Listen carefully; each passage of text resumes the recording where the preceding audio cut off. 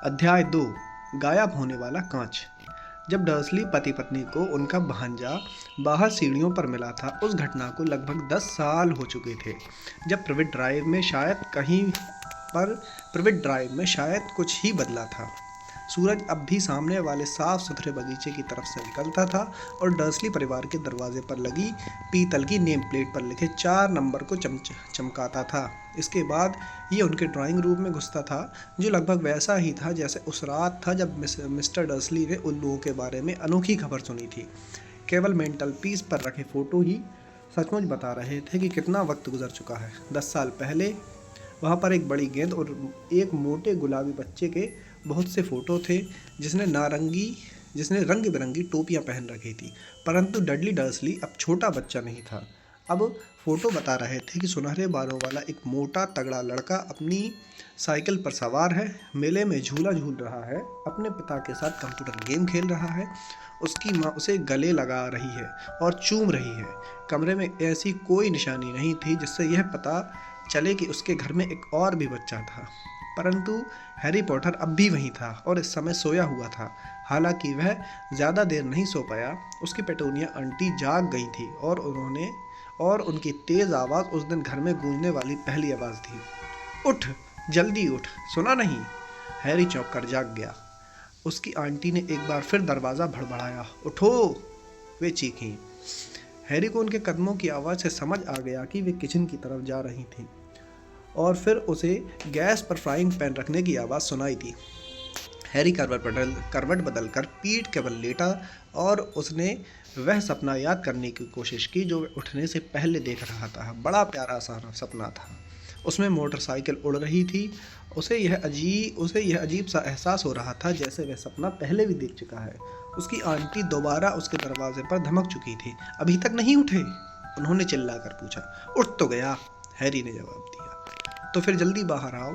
मैं चाहती हूँ कि तुम नाश्ते पर नज़र रखो और ध्यान रखो, जला मत देना। मैं डडली के बर्थडे पर हर चीज़ बढ़िया चाहती हूँ। हैरी के मुंह से आह निकल गई। क्या कहा तुमने? आंटी ने दरवाजे के बाहर से गुर्राई। कुछ नहीं। डडली का बर्थडे वे कैसे भूल सकता था? हैरी धीरे से बिस्तर के बाहर निकला और अपने मोजे ढूंढने लगा जो उसे अपने बिस्तर के नीचे मिले। एक मोजे में मकड़ी थी जिसे निकालने के बाद उसने मोजे पहन लिए। हैरी को मकड़ियों के साथ रहने की आदत थी क्योंकि सीढ़ियों के नीचे की अलमारी में ढेर सारी मकड़ियाँ थीं और वह वहीं सोता था। जब उसने कपड़े पहन लिए तो वह हॉल से होता हुआ किचन में गया। डडली के बर्थडे के ढेर सारे तोहफे नीचे टेबल पर लगभग पूरी तरह से छुप गई थी। ऐसा लग रहा था जैसे डडली को वह नया कंप्यूटर मिल गया था जो उसे चाहिए था। इसके साथ ही उसे एक टेलीविज़न मिला था तथा रेसिंग बाइक भी। डडली रेसिंग बाइक क्यों चाहता था? ये हैरी के लिए एक रहस्य था, क्योंकि डडली बहुत मोटा था और एक्सरसाइज से नफरत करता था, जब तक कि वैसे इसमें किसी को मुक्का मारना शामिल ना हो। डडली का प्रिय पंचिंग बैग हैरी था, हालांकि वह उसे उसकी पकड़ में बहुत कम आ पाता था। हैरी दिखता नहीं था परंतु वह बहुत तेज़ था। शायद यह अंधेरी अलमारी में रहने का परिणाम था कि हैरी अपनी उम्र के हिसाब से दुबला और छोटा रह गया था। वह सचमुच जितना था उससे भी ज़्यादा दुबला और छोटा दिखता था, क्योंकि हर समय डडली के पुराने कपड़े पहनने पड़ते थे और डडली उससे 4 गुना मोटा था। हैरी का चेहरा दुबला था, घुटने गांठदार, बाल काले और आंखें चमकदार थीं। वह गोल चश्मा पहनता था जिस पर बहुत सा सेलो टेप लगा रहता था, क्योंकि डडली उसकी नाक पर अक्सर मुक्के मारता रहता था। हैरी को अपनी शक्ल सूरत में सिर्फ एक ही चीज़ पसंद थी, उसके माथे पर एक बहुत पतला निशान जो ऐसा दिखता था जैसे वहाँ पर बिजली गिरी हो। जब से उसने होश संभाला था तभी से वह इस निशान को देख रहा था और उसे याद था कि होश संभालने के बाद उसने पेटूनिया आंटी से पहला सवाल यही पूछा था कि उसके माथे पर यह निशान कैसा है। उस कार एक्सीडेंट में जिसमें तुम्हारे माता पिता मरे थे, उन्होंने कहा। और हाँ, सवाल मत पूछो। यह डर्सली परिवार में शांतिपूर्ण जीवन का पहला नियम था। जब हैरी नाश्ते को पलट रहा था तो वर्नन अंकल किचन में आए। बालों में कंघी करो, वे भौंके, जैसे उन्होंने हैरी से गुड मॉर्निंग की हो। सप्ताह में लगभग एक बार वर्नन अंकल अपने अखबार के ऊपर से देखते थे और चिल्लाते थे कि हैरी के बाल बहुत बढ़ गए हैं, उसे कटिंग की ज़रूरत है।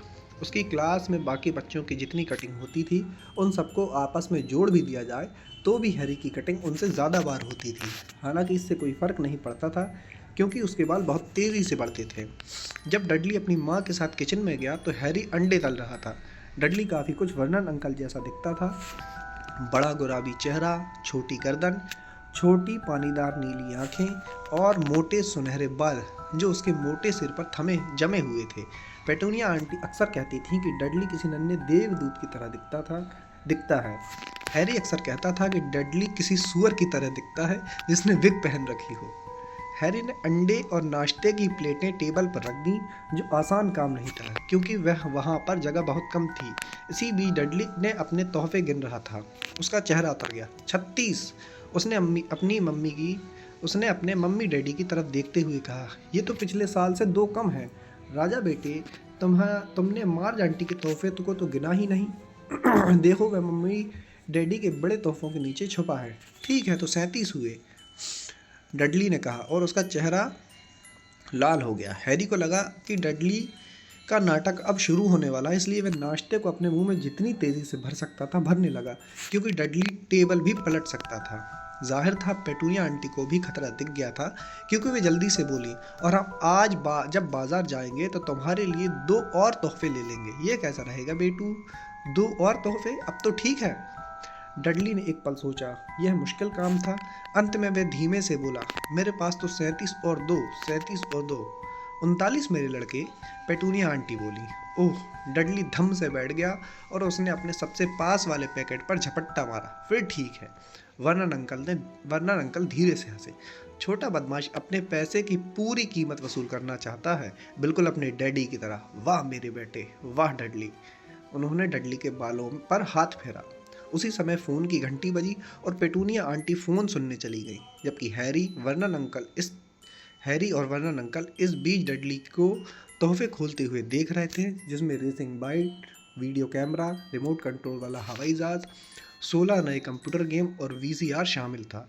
जब वह एक सुनहरी कलाई घड़ी की पन्नी खोल रहा था, तभी पेटूनिया आंटी फ़ोन सुनकर वापस आई। उनके चेहरे पर गुस्सा भी था और चिंता भी। बुरी खबर है वर्नन, वे बोली। मिसेस फिग का पैर टूट गया है, वे इसे अपने पास नहीं रख सकती, उन्होंने हैरी की तरफ सिर झटकते हुए कहा। दहशत के मारे डडली का मुंह खुला रह गया, परंतु हैरी का दिल तो बल्लियों उछाले मारने लगा। हर साल डडली के जन्मदिन पर अंकल आंटी और उसके किसी दोस्त को दिन भर बाहर घूमने ले जाते थे, यानी एडवेंचर पार्क, हैमबर्गर बार या फिल्म। हर साल हैरी को मिसेस फिग नाम की एक पागल बुढ़िया के पास छोड़ दिया जाता था, जो 2 गली दूर रहती थी। हैरी वहां जाने से बुरी तरह चिढ़ता था।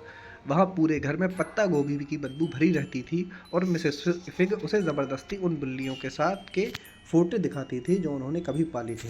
अब क्या होगा, पेटूनिया आंटी ने कहा। वह हैरी को खा जाने वाली नज़रों से देख रही थी, जैसे उसी ने इसकी योजना बनाई हो। हैरी जानता था कि उसे इस बात पर दुखी होना चाहिए कि मिसेस फिग की टांग टूट गई, परंतु यह आसान नहीं था, क्योंकि वह यह भी जानता था कि अब उसे 1 साल तक टिबल्स, स्नोई, मिस्टर पॉज और टफ्टी को नहीं देखना पड़ेगा। हम मार्च को फ़ोन कर सकते हैं, वर्नन अंकल ने सुझाव दिया। बेवकूफ़ी की बातें मत करो वर्नन, वो हैरी से नफरत करती हैं। डर्सली पत्नी अक्सर हैरी के बारे में इसी तरह बातें करते थे, जैसे वह वहाँ हो ही नहीं, या फिर वह कोई बहुत ही कम बुद्धि वाला प्राणी हो जो उनकी बातें नहीं समझ सकता, जैसे कोई घोंगा। और उसका नाम क्या है? तुम्हारी सहेली वॉन मार्जोका में छुट्टियां मनाने गई है, पेटूनिया आंटी खींचते हुए बोली। आप मुझे घर पर ही छोड़ जाएं, हैरी ने बड़ी आशा से कहा। कम से कम आज के दिन तो वह टेलीविज़न पर जो चाहे देखेगा और शायद डडली के कंप्यूटर का गेम भी खेल लेगा। पेटूनिया आंटी को देखकर लग रहा था जैसे उन्होंने अभी अभी साबुत नींबू निकल लिया हो और वापस लौटकर देखें कि घर तबाह हो चुका हो, वे गुर्राई। मैं घर को बम से तो नहीं उड़ा दूंगा, हैरी ने कहा, परंतु किसी ने उसकी बात नहीं सुनी। एक काम करते हैं, इसे चिड़ियाघर ले चलते हैं, पेटूनिया आंटी ने धीमे से कहा, और वहाँ इसे कार में छोड़ देंगे। कार नहीं है, हम इसे कार में अकेला नहीं छोड़ सकते। डडली गला फाड़कर रोने लगा। सच तो यह था कि वह रो नहीं रहा था, उसे सचमुच रोए तो बरसों हो चुके थे। वह जानता था कि अगर वह मुंह बनाएगा और ज़ोर से रोने जैसी आवाज़ निकालेगा तो उसकी माँ उसकी हर इच्छा पूरी कर देंगी। मेरे प्यारे राज दुलारे, रोना नहीं, मम्मी उसे तुम्हारा बर्थडे बर्बाद नहीं करने देगी। वह चीखी और उसे बाहों में भर लिया। मैं नहीं चाहता कि वह साथ चले, डडली झूठ मूठ की जोरदार सुबकियों के बीच चीखा। वह हमेशा हर चीज़ गड़बड़ कर देता है, वह हमेशा हर चीज़ गड़बड़ कर देता है। उसने अपनी माँ को की बाहों के बीच से झांकते हुए हैरी को चिढ़ाया। तभी दरवाजे की घंटी बजी। हे भगवान, वे लोग आ गए, पेटूनिया आंटी हड़बड़ा कर बोली। और एक पल बाद डडली का सबसे अच्छा दोस्त पियर्स पॉलकिस अपनी माँ के साथ अंदर आ गया। पियर्स एक दुबला पतला लड़का था जिसका चेहरा चूहे जैसा था। जब डडली दूसरे बच्चों को मारता था तो आमतौर पर पियर्स ही उनके हाथ पीछे पकड़कर रखता था।